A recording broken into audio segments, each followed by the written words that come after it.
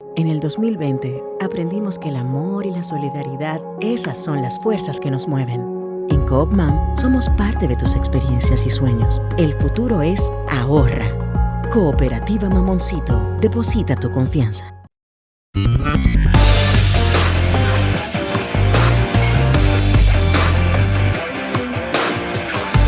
Desde la República Dominicana soy Ivonne Ferreras, es viernes y es un viernes Dolores, sí señor, ahí está, comienza ya la Semana Santa y hoy ¿cómo se dice? El fogón está atizado, para hervir algo que es muy nuestro, que son las habichuelas con dulces. Vamos a agradecer de entrada a la cooperativa Mamoncito, donde usted deposita su confianza, y por supuesto a Sardinas Limar. Sugerirles que si quieren un buen cuidado de su piel, pues Euroestética. Eso es en la autopista San Isidro, en Santo Domingo Este. Hoy me acompañará en esta entrega Fernando Peña desde Punto Crítico, con dos temas importantes que vamos a tratar.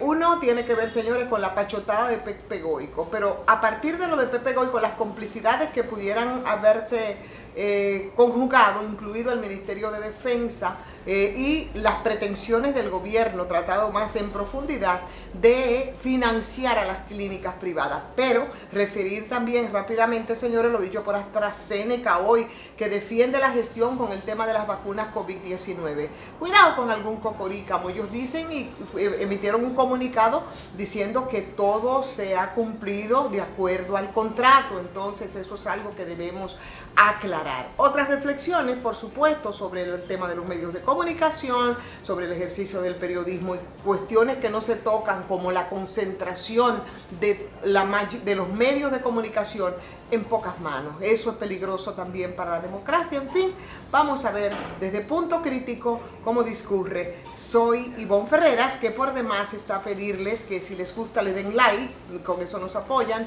que compartan, por supuesto, comenten, y bueno, los que no se han suscrito, que lo hagan también. Ya es momento de hacerlo. Vamos avanzando y contamos con ustedes.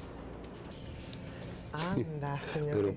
Porque estamos en vivo y entonces nos agarran un poquito ahí a saltar. De sorpresa casi. Sí, y ¿sabes qué era lo que yo iba a decir?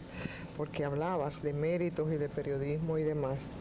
Y entonces yo quería decirlo, y decirlo así mismo aquí, como parte de la reflexión, que si hay una persona a quien debo agradecer en términos de mi formación, pero sobre todo de ver un poco ese ordenamiento ya más social desde el ejercicio, Fernando, es a ti.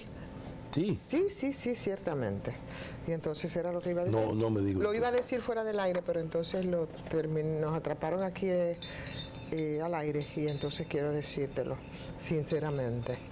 ¿Por qué? Porque el asunto es que nosotros hablamos y teorizamos mucho sobre las implicaciones y sobre las responsabilidades de esta profesión, ¿no? A veces un poco dando túmbulos, pero cuando puedes realmente orientarla y con eso también contribuir y ayudar a cómo ves el mundo y a formarte para ver el mundo de esa manera. Entonces esas son cosas distintas. Y ciertamente si tengo que pensar en ese apoyo, además de las referencias, por supuesto, que vienen con gentes que están vinculadas de manera directa al ejercicio mismo y que influyen, sobre todo cuando ha sido su trayectoria a partir de la ética, pero tiene que ver la formación y tiene que ver cómo tú ves el mundo y tiene que ver cómo tú asumes esa responsabilidad social, cómo la proyectas, hacia dónde la diriges, cómo la canalizas. Eso es importante, muy importante. Y el entorno influye decisivamente en eso. Y entonces yo tengo que, y tu nombre, por supuesto, y tu apoyo y tu amistad de tantos años, ¿no?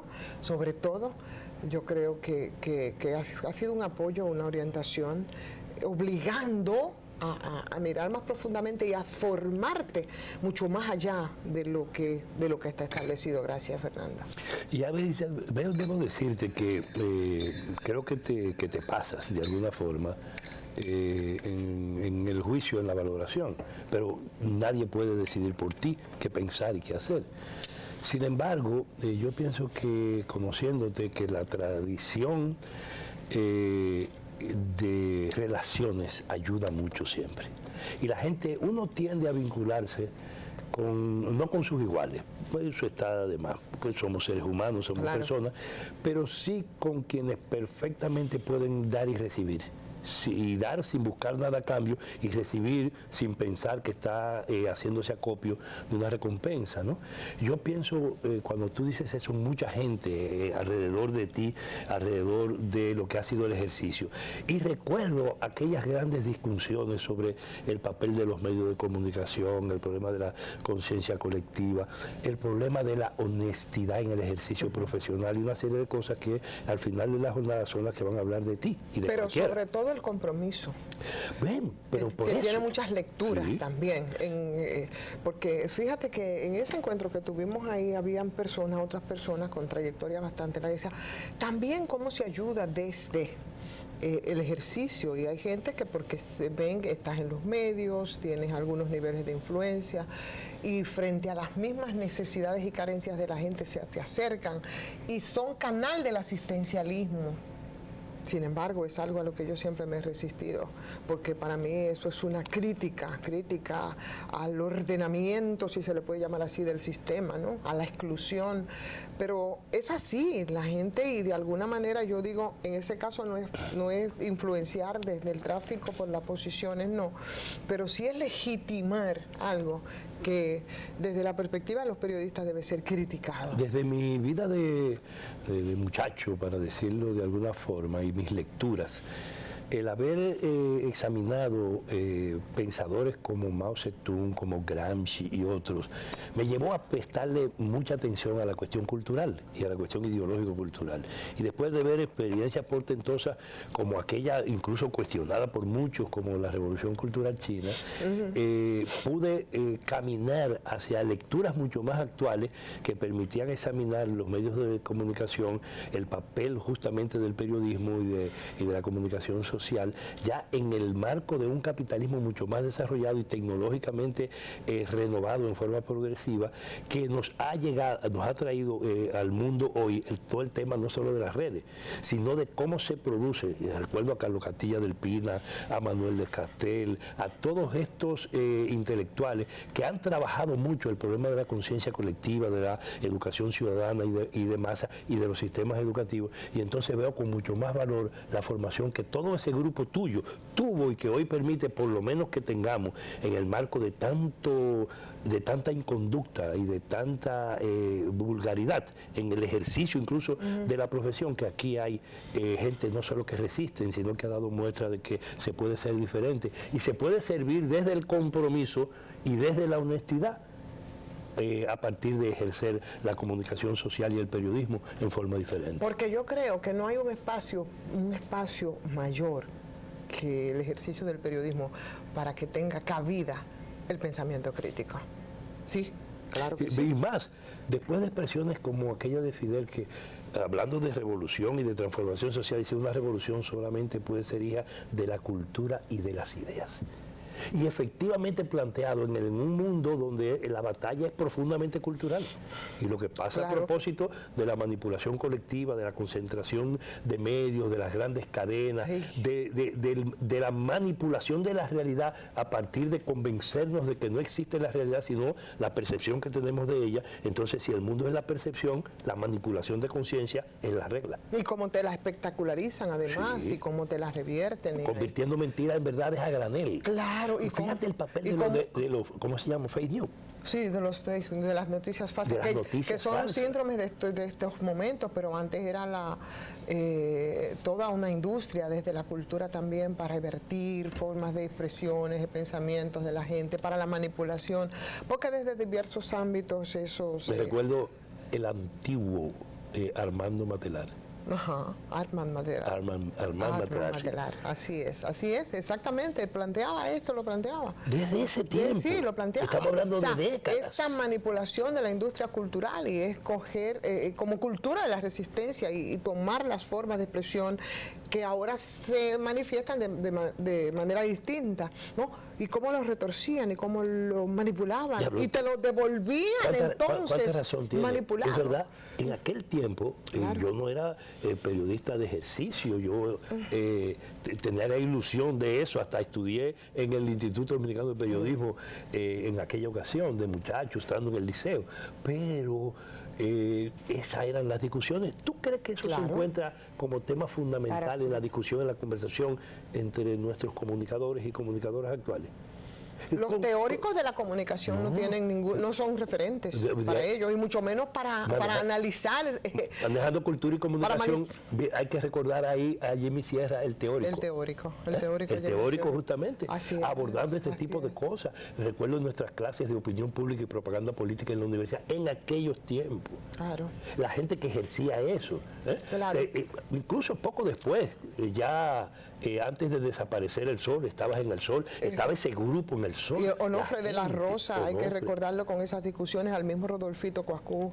Rodolfo, que ha sido profesor y maestro de muchísimas generaciones, incluso de gente que no son no tienen tanta distancia en términos de edad. Y yo es mi caso, por ejemplo, Rodolfo fue mi profesor, ¿no? Yo los vi, discutíamos, porque además coincidíamos mucho en la militancia de izquierda. Claro, a partir de los teóricos de la comunicación y los como Onofre éramos del mismo barrio, allá en el Luperón. Y esos planteamientos que se hacían y cómo se adecuaban para entender la realidad. Y óyeme lo que te voy a decir, la realidad ahora no es diferente y es perfectamente aplicable, aunque utilizando actores distintos. Es el mismo capitalismo empeorado, aunque mucho más moderno. Y son las mismas manipulaciones. Es como estos periodistas que malograban físicamente y ahora moralmente igual te matan, igual te disminuyen. Te acorralan, te manipulan y te sacan. Y lo peor, concentrados mucho más, aunque con una diversidad gigantesca de medios formales, con los mismos grupos controlándolos. Ya no es una crítica, por ejemplo, el monopolio, la concentración de los medios de comunicación en dos apellidos, por ejemplo, en nuestro país. Al final de la... Y eso es grave, eso es grave. Sí. O sea, la concentración de los medios de comunicación como instrumentos de equilibrio para la democracia que les gusta tanto. Para la construcción ciudadana, como hoy ponen en boga y en moda. En un país donde hay libertad de expresión, donde hay libertad de pensamiento y sobre todo... Cada vez más formal, porque lo real es la libertad de empresa. Y sobre todo libertad de prensa es la libertad de empresa. No es posible que hayan todas esas libertades con la concentración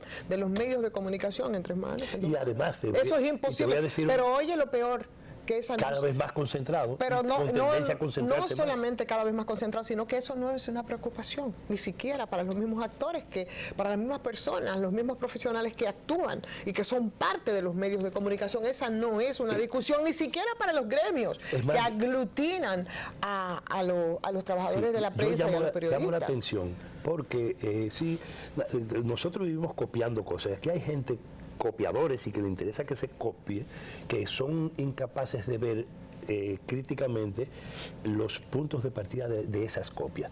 Yo quisiera que alguna gente se pusiera a pensar en lo que ha sido la historia de los Estados Unidos de medios de comunicación, de grupos de abogados y de concentración del poder económico.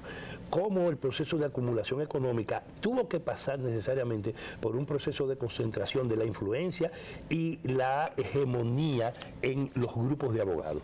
Y la combinación de estos dos resultó ser en una concentración del poder a nivel de medios de comunicación, porque todo eso pasó por la banca, por la concentración del poder financiero. Entonces aquí en la República Dominicana ahora mismo se está avanzando en esa dirección nueva vez, ahora se está casi produciendo un nuevo salto en esa dirección y ojalá lo veamos con suficiente ojo crítico, porque al final de la jornada lo que está en juego no solo es la libertad ciudadana, la posibilidad de pensar de verdad con libertad y no condicionado y amarrado a lo que te ofrecen únicamente como paquete único, como embutido, ¿no?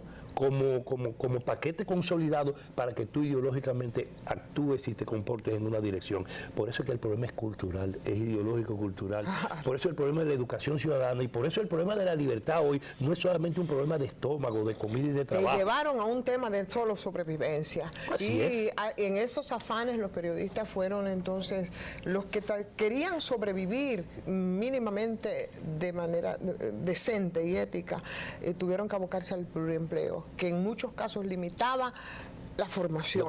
La formación, porque no es verdad que tú con 3, 4, 5 empleos tú tenías tiempo para la formación, aunque siempre habría que sacar. Yo quisiera la libertad para el pueblo y para los ciudadanos y las ciudadanas que hemos tenido tú y yo hoy, para haber puesto en el centro un tema tan importante, pero tan poco material aparentemente, como lo que estamos conversando, sin ni siquiera haberlo planeado, sino porque salió. Esa libertad, esa posibilidad de pensar, de opinar, de querer, de sentir, de expresarse, que necesita el pueblo dominicano, como uno puede hacerlo a propósito de este micro, ¿no? Que hemos hecho en el día de hoy para hablar de periodistas y de medios de comunicación, a propósito de algo que lo conversábamos fuera de cámara y que tú comenzaste a tratarlo sin referir qué era, y fue el reconocimiento que te hizo el Colegio de Periodistas, ¿no?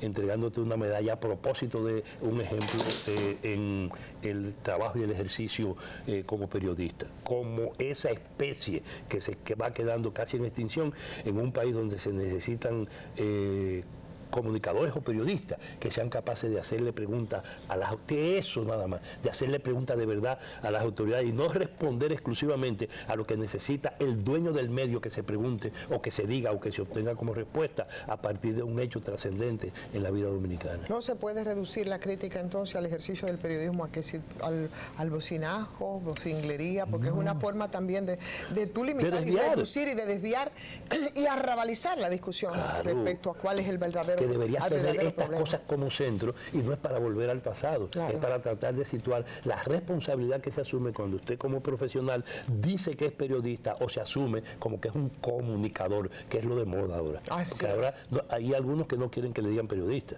porque como comunicador a lo mejor tiene mucho más libertad para hacer y deshacer en este mar y en este océano de tanta inconducta como la que se nos impone vivir. Vamos a la pausa, señores, necesaria. Vamos a venir con otros temas. Vamos a hablar de salud, pero vamos a hablar también de algunas pifias que no podemos pasar por alto y que son una crítica a todo este sistema de cosas, en otros niveles, por supuesto. Venimos de una vez. Bueno, aquí estamos de regreso con todos ustedes. Hace unos días había una discusión y quiero que tratemos, Fernando, dos temas. Uno que tiene que ver, óyeme, con las pretensiones del gobierno, lo anunciado en el día de ayer, de invertir 2.000 millones como préstamo, que nosotros paguemos y nos aboquemos a un préstamo de 2.000 millones para que las clínicas privadas, esas a las que la gente no tiene acceso, bueno, puedan entonces colocarse en condiciones más competitivas entre ellas mientras los hospitales siguen en abandono. Pero antes, tengo un documento, porque hubo mucha discusión respecto a eso, es simplemente documentar esto que es de la Junta de Retiro y Fondo de Pensiones de las Fuerzas Armadas, tomar nada más el caso de una persona que como Pedro Julio Goico, Pepe Goico, con un prontuario que tú no tienes que hacer un ejercicio muy grande para tú saber las tracalerías, yo no sé si puede decirse así, de Pepe Goico y los escándalos que han rodeado, ¿no?, su ejercicio desde lo militar. Entonces, para eso no hay que esforzarse mucho. Por suerte, la tecnología sirve para manejar esos backgrounds sin tener que ir a los archivos de los periódicos. Y desde la lotería, desde la PPCAR, después de Quirino, demasiado escándalo para una sola persona. Se hablaba sobre las posibilidades del pago de pensiones que no era más que un tumbe a nosotros. Y entonces ahora ya documentado, ahí está, lo tenemos, lo vamos a poner en pantalla. Primero el cheque, míralo ahí, Fernando, ese es el cheque de Pepe Goico, el cheque con el que se hizo la liquidación a este señor de 4.305.250 pesos, que fue a la firma, por supuesto, ni tuya ni mía, y que viene de la Junta de Retiro de las Fuerzas Armadas, del Fondo de Pensiones de las Fuerzas Fuerzas Armadas. Además de esto, y leo la certificación también que viene desde la misma Junta de Retiro y Fondo de Pensiones de las Fuerzas Armadas, donde deja bastante claro que el señor general de brigada, después de haber sido pensionado, Pedro Julio Goico Guerrero, y todas sus credenciales que aparecen ahí, se encuentra actualmente en la nómina de ese fondo de retiro, devengando un salario de 70,000 pesos mensuales en calidad de miembro retirado de las Fuerzas Armadas. Y tú dirás, si fuera una iniciativa individual de Pepe Goico, tú dices, bueno, una Pepe Goicada más. Pero no, aquí el asunto es mucho más grave. El asunto es que se quería dar un tumbe, que se quería engañar y estafar, porque eso es una estafa, ¿no? Por las razones por las que a Pepe Goico, que no es la misma suerte que tienen 800,000 pensionados, que aquí en este país, después de llegar a la vejez y no tener ni en qué caerse muerto, literal, no pueden conseguir una miserable pensión, tuvo la bendición de tener una... Y que cuando la consiguen son pensiones de miseria. Pírricas, no, cuando 5 millones aproximadamente, y además... eso era lo que él había ahorrado. Lo que había ahorrado, además de un sueldo mensual de 70,000 pesos, no, ni soñarlo. Y que encima de eso, en una acción tracalera, porque no hay que adornarlo, con el contubernio, porque eso es lo grave, porque que lo haga Pepe Goico, que es un tigre, y siempre así se ha mostrado, y ahí está, no lo estoy diciendo yo, ni me lo estoy inventando, vayan y ustedes van a ver el prontuario del tigueraje de Pepe Goico, pero que ese tigueraje esté aupado en complicidades con las autoridades. Y yo tengo que decir con el Ministerio de Defensa, porque esto es un asunto institucional, no de personas. Ahí está. Y ahí está documentado, y la verdad yo no, hasta este momento ninguno de ellos ha dicho esta boca es mía. ¿Qué tienen que decir a todo eso? Es tomar ese caso, que no nos vamos a quedar para estudiar el fenómeno. Exacto, que no nos vamos a quedar en el morbo que implica Pepe Goico, que sabemos que es el tigueraje de Pepe Goico es harto conocido, para entonces estudiar ese fenómeno que se repite y se repite en términos institucionales, y que yo creo que es una vergüenza. Es una vergüenza, y encima de todo eso se han dado el permiso y el lujo de no decir absolutamente nada, pero no se puede accionar respecto a este tipo de engaños y de burlas, por supuesto. Nosotros no tenemos que recordar siempre, cuando de pensiones se trata, el caso de los cañeros, todo ese grupo de gente ya de avanzada edad, que por años en la pasada administración, y que ésta prometió que se le iba a dar su pensión digna y decente, por años estuvieron apostados frente al Palacio, y cuando ya intervinieron fue para caerle a patadas, que muchos terminaron en los hospitales del país. Y otros se murieron después. Y otros se murieron en ese dolor periplo, y la vergüenza. En ese periplo. Y tú te encuentras, entonces, dime si no es como para que una se indigne. Entonces tú te encuentras con casos como este, y encima de eso, que a este señor lo acumulado, 5 millones, más una pensión de 70,000 pesos, y encima de eso usted quiere seguir estafando, ¿no? Porque eso es una estafa. Lo que se pretendía hacer es una estafa, y no amerita otro calificativo. Tengo un amigo, hijo de un antiguo, ya fallecido chofer de la UAS, Quiquito, mi hermano y mi amigo. Vive en Estados Unidos hace décadas.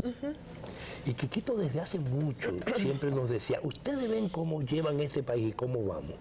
Este país va a llegar a un punto, y yo pienso que llegó, y hace poco hablamos y recordamos su vieja expresión.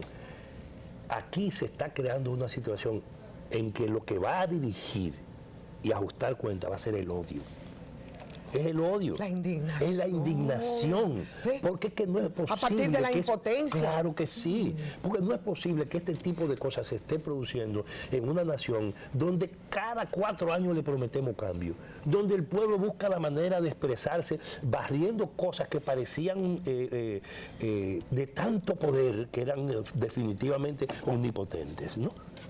Y las barrió el pueblo, pero siempre aspirando a que una fórmula tranquila, decente, suave, en paz, resuelva los problemas. Pero no, después 2 años de instalado este gobierno, y funcionarios y gente vinculadas al poder, al ejercicio del gobierno actual, están repitiendo lo mismo. Aquí no hay castigo ni para los viejos ni para los nuevos. No. lo mucho hasta Dios lo ve, como dice el pueblo. Claro. No se va, no es posible que sigamos en ese camino, asumiendo que definitivamente este pueblo a lo único que está condenado es a soportar. Están provocando que el odio dirija, que la indignación social se ponga al frente de esto y decida no, hasta aquí, ya no se puede más. Y cuando se es así, se paga más por menos. Fernando, yo recuerdo primero a un oyente que tengo de mucho tiempo, baraonero, por cierto, se llama Milquides Ferreras, que hace años él está hablando de un hospital traumatológico para la región sur del país. Después también tomó esa bandera Ricardo Nieves, que todos los días, y tenemos que decirlo, habla de un hospital de primer nivel para el sur del país. Porque en el sur del país, con sus cuatro provincias, no tiene un hospital. No tiene un hospital, porque la precariedad aquí del tema de la salud es una cosa que está por debajo incluso de la media de los países de América Latina. Lo que se invierte aquí, yo creo que no llega a 2% lo que se invierte aquí del PIB. De salud, no, yo creo que no. Y la media en América Latina está entre 3.5. O sea que nosotros estamos por debajo de todos. Y que en esta administración te hablen de la disposición de financiamiento de cerca de un fondo de 2.000 millones de pesos en fondos de préstamo para que nosotros paguemos, señores, para el sector salud. Para un sector salud que cuando tú vas a un centro privado, cuando un infeliz va a un centro privado con un seguro que es subsidiado o sin un seguro, lo primero que te dice cuál es el depósito que tú vas a dejar. Y a veces ni siquiera estabilizan a una persona que está en una situación complicada en las emergencias. Y si usted no tiene dinero para dejar un depósito en esas clínicas privadas que han hecho negocio precisamente por el déficit de la salud pública en el país, que se destapen. Hablando de que nosotros tenemos, porque somos nosotros que lo vamos a pagar. Si el gobierno es que va a tomar el préstamo, ¿quién lo va a pagar? No va a salir de los bolsillos de los que dirigen el gabinete de salud. Para las clínicas privadas, cuando aquí se debe absolutamente todo en los hospitales públicos del país. Pero solamente una cosa. En estos años de pandemia, donde el tema de la salud, la gravedad del problema de salud, el sistema sanitario vuelto una porquería por sus incapacidades, y se mostró, todo está absolutamente claro. ¿Qué pasó con la gigantesca inversión del gobierno y del Estado? La intervención de 52 hospitales. ¿Qué pasó con eso? Ya eso fue después de la intervención de 52 hospitales, que todavía no sabemos en definitiva cuál es el balance total y completo del asunto. ¿Quién hizo negocio en la pandemia y con la pandemia? Con todo, con los hospitales, con la asistencia. ¿Quién capturó la inversión pública, la ayuda desde el gobierno, el sacrificio del Estado dominicano a nivel del sector salud? ¿Quién lo capturó todo? ¿Quién hizo negocio? ¿Dónde fueron los grandes centros privados? ¿Ustedes no se acuerdan cuando no había dónde meter a los afectados de COVID? ¿Qué pasó con el sector privado y cómo se hizo? Y hubo que crear hasta casa de campaña para meter a la gente mientras ellos tenían todas sus cosas absolutamente controladas y pagadas. Recuérdate que el propio presidente Luis Abinader iba a donar ahí en La Vega. ¿Tú sabes lo de La Vega? Que se dieron el lujo de el Ministerio de Salud saliente decir, no, nosotros, pero porque le está mandando un manejo politiquero al asunto en medio de la precariedad, porque eso es lo que el oportunismo campea, ¿no? Sí. Y había que llegar a la presidencia. No es que había que llegar. Yo me estoy refiriendo, yo no sé si lo hizo de buena fe o si era parte de la campaña, pero también los otros, en medio de eso, uno y otro. Hicieron lo mismo. Pero ven acá, cuando dijeron, no es necesario, no lo aceptamos y la gente necesitándolo, porque es una crítica al sistema de salud. ¿Cómo es posible que eso que se dio aquí, que todo el mundo lo vio, lo vivió y lo padeció, lo padece, que fue y se convirtió en un negocio para ese sector privado de salud, que además de ponerle ahora al frente, porque lo han puesto al frente, a ese mismo sector privado que hizo negocio, lo ponen al frente del sistema de salud, porque es el sector privado el que dirige con sus funcionarios, con su personal y con una sobreestructura puesta, con la vicepresidenta a la cabeza, le ponen en la mano al sector privado la salud de este país, y encima de eso le van a dar 2.000 millones de pesos para ponerlos en condiciones de ofrecer un mejor servicio. ¿Para qué? ¿Para acumular o no? Bueno, entonces si a eso tú le sumas que el sector salud con esta seguridad social tan tan rara que tenemos está en manos de la banca privada. La seguridad social. Claro. Y los fondos de pensiones. Y los fondos de pensiones, pero los fondos también. de pensiones los utilizan para entregarlo y prestarlo, hasta para invertir en energía en carbón. Hasta para eso. Entonces, cuando tú vas a un hospital, y ya ahí vemos la cosa desde la simpleza en el enfoque, pero desde la gravedad de la realidad que vive la gente cada día.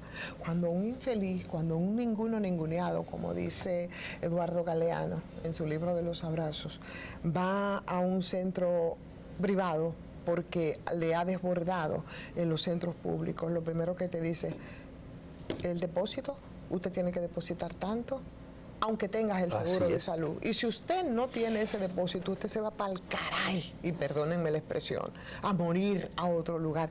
Y es a esos centros privados que entonces vamos a reforzar y a financiar. Aquí se refuerza. Yo no lo entiendo. No, o sea, a mí me gustaría saber cuál es la explicación lógica, porque aquí lo que hay en este momento es una gran crisis de la salud, profundizada. Hablábamos el pasado viernes, nosotros poníamos un ejemplo con un compañero periodista, que por cierto, hoy en el Colegio de Periodistas a partir de las 7, aprovecho para invitar, va a haber una especie de reflexión sobre la trayectoria, vida de nuestro colega y amigo Conde Olmos. A las 7 vamos a juntarnos allá en el colegio. Pero hacíamos la crítica a partir de la situación de Conde, que ciertamente este sistema lo mató, ayudó a que se muera más rápido.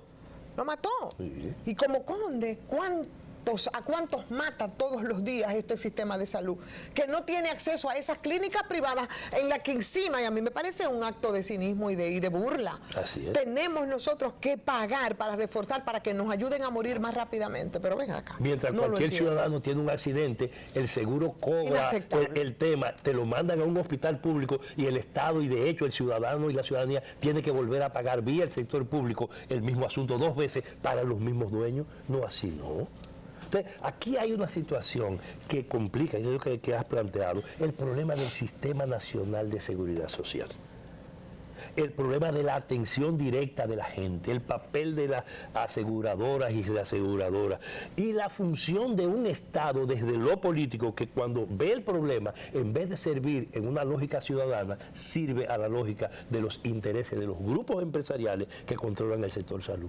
Eso es lo que está pasando. Me parece que hay una que se está tentando, como se ha hecho con otros temas, porque frente a la resistencia, porque la verdad, nadie que tenga juicio puede defender esto, y no solamente no defenderlo, sino que la crítica tiene que hacerse. Y se ha dicho entonces, bueno, pero hay otras medidas que se van a anunciar, que se van a tomar y que se irán anunciando. No, es que el punto de partida no puede ser, de ninguna manera puede ser esto. Ese es el tente ahí, como decíamos. Exacto, esto no puede ser el punto de partida, no señor, y por supuesto Andeclic, bueno, aplaudido por supuesto. Claro, que es la Asociación de Clínicas Privadas, pero ¿y en qué, cómo es que estamos pensando? Yo no entiendo. Mira, al final de la jornada, ahí se mezclan 2 cosas, por lo que en Andeclic tú vas a encontrar también 2 niveles. Sí. Vas a encontrar ahí el nivel en que el boroneo, a través de esos 2.000 millones de pesos, empieza a contener lo que podría ser la presión de un reguero de clínicas privadas y de centros de cualquier naturaleza de carácter privado, que evidentemente el proceso de concentración del financiamiento los lleva a la quiebra, y los dueños del gran negocio en materia de salud, que se mueven entre ellos, los seguros, los reaseguros, y la gran inversión en materia de salud y en medicamentos y las otras cosas que están articuladas a. Ahí hay 2 niveles. Entonces, te los quieren contentar, y por eso te responden hasta corporativamente, no dándose cuenta de que la migaja de hoy es asegurar la cuchilla sobre su cuello mañana. Ajá. No lo entiende. Claro, porque vamos a decir que bueno, vamos hacia las pequeñas clínicas que están a la quiebra, porque claro, las grandes clínicas... Eso es una excusa, un cuento. Digo, yo podría ir, no lo han dicho, pero pues... Pero eso es un cuento, tú verás que... Pero puede ser una de las excusas, pero la prioridad aquí no son las clínicas privadas. Claro es que si nosotros reforzamos la salud pública, la necesidad de esos centros sector privado es menor. Es menor. Que es menos costosa, en definitiva, para el ciudadano, que al final es el que mantiene el Estado, el que aporta para que un grupo de mafiosos normalmente realmente acumulen riqueza. ¿Me en este entiendes? país. Entonces es así. Además, en la fiscalización que implica la salud pública. Aquí en la salud pública, por ejemplo, que la gente tiene muchos temas de salud mental. Y lo digo y lo traigo a colación porque ayer conversaba con Nilka Castro, que cada 15 días como psicóloga hacemos conversaciones en este mismo punto crítico, y hablábamos sobre la necesidad, y de eso habló muchas veces. Escuché mucho a Fecundino Palacio hablar de ese asunto de la unidad de intervención en crisis en los hospitales, no solamente para psiquiatras, sino para psicólogos, como preservación de la salud mental. No solo no te cubren los seguros, sino que usted no tiene esa posibilidad de dentro de los centros públicos. Entonces, son muchas carencias. Además, una preguntita. Publicaron un documento, un proyecto, una referencia, una indicación de en qué efectivamente se van a invertir los 2.000 millones y a quiénes le tocan. ¿A quiénes ellos ya prevén? Porque si usted decidió invertir 2.000 millones de pesos, usted sabe exactamente dónde va cada peso. Porque si algo tiene la ley aquí de claro, es que un peso que se incluye en el presupuesto y que se dedica desde el presupuesto, tiene que saberse para qué. ¿Y quién? Que digan, que pongan en evidencia, que publiquen en los periódicos los listados de a quienes les toca. ¿Cuáles clínicas? ¿Cuántas clínicas? ¿En qué región del país? ¿Cuál es el criterio? ¿Cuál es el criterio para la asignación? ¿Cuál es la población en función de a quién se le dedica que va a impactar? Exacto, sobre todo eso. ¿Cuál es la población que va? Óyeme, en un país donde ha habido tanta resistencia, sobre todo, de muchos ¿Es en centros... equipo o es en atención directa? ¿Es en remozamiento de instalaciones o es en pago de personal? ¿En qué lo van a invertir? ¿Para qué? Porque, por ejemplo, aquí con el tema de la atención primaria en salud, que es el nivel 1, que todos saben y tienen mucha conciencia y saben perfectamente lo que eso implica en términos de congestionamiento de los hospitales, porque no se impide que un tema de salud que se puede tratar de manera ambulatoria pueda agravarse y entonces atiborrarnos en los hospitales. La resistencia que ha habido esto y la primera resistencia ha sido precisamente desde el sector privado porque le van a dañar su negocio y entonces vamos a seguir reforzando eso. Incluso, óyeme bien, te voy a plantear algo, no es especulativo. Pero, Julia, porque no es ya especulativo, no ni siquiera es especulativo en términos de pruebas conjeturables de la que hablaba Jiménez Grullón. ¿Qué nivel de articulación hay entre los centros privados que se escojan para y las universidades privadas que ofrecen la carrera de medicina o de áreas de la salud? Hasta eso hay que invertir. Por eso es importante que publiquen por dónde, hacia dónde, quién, para qué y con qué impacto van a invertir esos 2.000 millones de pesos. Nadie está diciendo que no tienen derecho desde el punto de vista de la legalidad hacerlo. Pueden hacer con el dinero del pueblo lo que la ley le permita y en función de lo que les dé su gana. Ahora es un acto de abuso, es un acto de barbarie, es una burla frente a un pueblo que lo único que hace es potenciar la capacidad de indignación que tiene y la indignación que tiene que salir de una práctica del ejercicio público como la que se está haciendo aquí en una cuestión tan particular como el tema de la salud, que afecta absolutamente a todo el mundo y que puede seguir aumentando esa capacidad de respuesta desde el odio que la gente está acumulando. Señores, se terminó el tiempo y también las semanas. Y la primera semana también de este mes de abril, ya la próxima semana es Semana Santa, hoy es Viernes Dolores. Mucha gente tiene la paella puesta para hacer la habichuela, o las habas, o el chacá, ¿verdad? Con dulce. Sí, señor, costumbres que debemos reivindicar, claro que sí. Tradición. Tradición es parte de lo que somos y de lo y parte de nuestra identidad. Tengan todas muy buen fin de semana.